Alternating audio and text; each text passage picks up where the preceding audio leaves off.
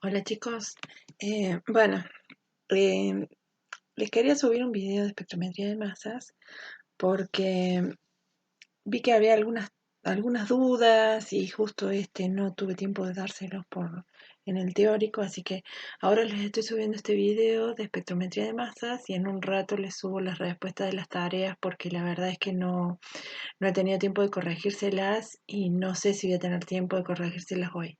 Así que, bueno, les doy este video corto solamente de la fundamentación de la espectrometría de masas y en un rato les subo las respuestas de la tarea 5 y la tarea 6. Bueno, la espectrometría de masas es otra de las técnicas de elucidación estructural, la última que nos queda pendiente para ver, y se basa fundamentalmente en que una muestra que está volatilizada es impactada por una corriente de electrones. Cuando esa corriente de electrones impacta la muestra, que tiene moléculas orgánicas, las moléculas toman digamos, primero le arranca un electrón. Al arrancarle un electrón, la molécula queda cargada positivamente. Además, le entrega mucha energía. Entonces, la molécula queda muy energética. Tan energética que después no le queda otra que romperse, fragmentarse. Y justamente lo que estudiamos en la espectrometría de masas son los patrones de fragmentación. Y esos fragmentos después se separan de acuerdo a la masa que tienen. O sea, entran en un tubo y los fragmentos que están cargados van a ser desviados, cuanto más livianos sean, los más pesados se desvían menos, y eso hace que se separen por las masas que tienen, en realidad por la relación masa-carga. Entonces, en el fundamento, la muestra es impactada por una corriente de electrones, la muestra se ioniza porque pierde un electrón, queda cargada positivamente, o sea que se forma un radical catión. Además, ese radical catión tiene mucha energía, por lo tanto, esa gran molécula después se fragmenta, se rompe en pedazos que tienen distintos tamaños y después se separan de acuerdo a su relación masa-carga. De los más chiquitos que aparecen al principio del espectro de masas a los más grandes que aparecen al final. O sea, el espectro de masas es es una representación gráfica de la abundancia relativa de esos fragmentos, porque esto es una cuestión estadística, un montón de moléculas entran a la cámara y no todas se rompen igual. Entonces, bueno, es una cuestión estadística. Generalmente los fragmentos que más probabilidad tienen de formarse son los que después tienen picos más altos y los que menos probabilidad tienen de formarse son los que tienen picos más chicos y los que están al inicio de la gráfica son los más pequeños y los que están al final son los fragmentos más grandes. Ese sería el fundamento. Entonces, bueno, acá está la explicación de lo que les acabo de decir. Simplemente voy a pasar. Acá se ve la molécula que es impactada por los electrones, que se arranca un electrón y después eso se fragmenta. Lo importante acá es que primero ocurre la ionización, es un radical catión o ion molecular, y después ese radical catión se fragmenta, generando un catión y un radical. El catión, los dos entran al tubo, pero el catión es el único que, como es un tubo que tiene carga, solo el que tenga la carga es el que se va a desviar del curso. En cambio, el que es radical no va a sufrir ningún cambio. Y ese fragmento catión es el que después yo voy a detectar. Entonces los fragmentos después entran a un campo magnético intenso, el cual los desvía por un tubo curvo de acuerdo a su masa carga. Los que se van a desviar son los cationes, los radicales van a seguir derecho. Después el detector registra los picos. Bueno, lo que les decía, los fragmentos neutros no son desviados. Esto sería lo que se vería. Acá entran al tubo, ya están fragmentadas, acá se ven fragmentos pequeños, fragmentos grandes, y todos los que entran acá solo van a ser desviados los que tengan carga.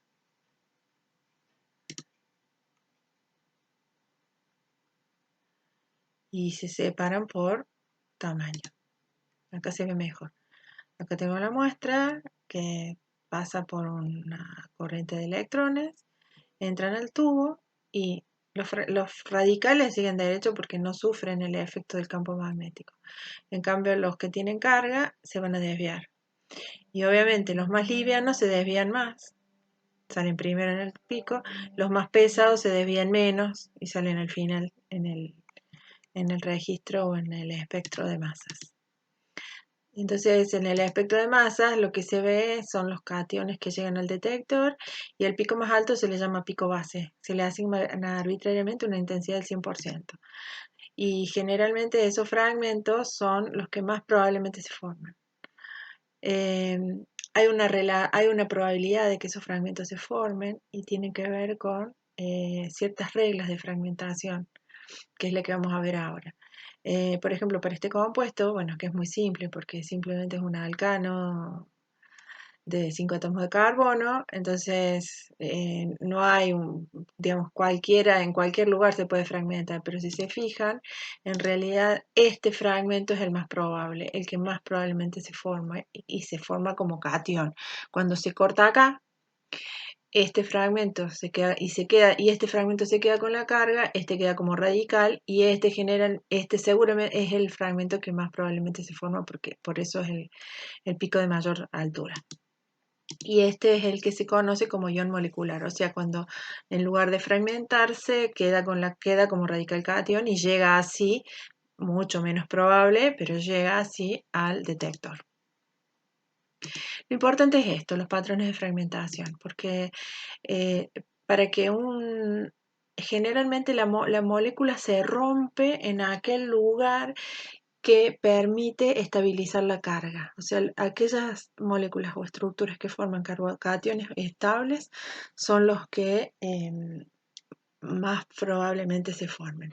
Por ejemplo, en el caso de la estabilidad de los carbocationes, los carbonos primarios se estabilizan menos la carga que un secundario o que un terciario. O sea, cuando hay un carbono terciario, lo más probable es que se corte ahí la molécula porque es la que mejor estabiliza la carga. Por ejemplo, el metilbutano, que tiene acá este carbono secundario, es lo más probable que se corte ahí, como se ve acá, formándose este compuesto que tiene la carga y se estabiliza la carga allí, o simplemente perdiendo este metilo como radical y que quede este.